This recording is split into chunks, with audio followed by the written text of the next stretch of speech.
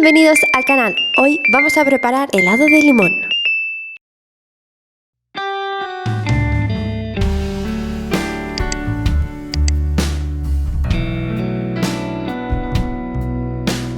En una olla vamos a poner los 3 vasos de leche.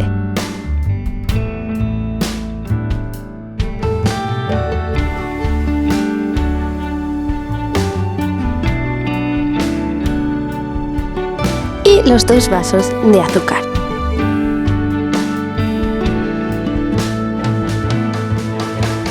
Después vamos a calentarlo a fuego medio y removeremos hasta que se haya fundido el azúcar. Una vez se haya fundido, añadiremos el zumo de limón natural y vamos a remover durante 1 minuto. Después apagamos el fuego, tapamos la olla y lo dejamos en el congelador.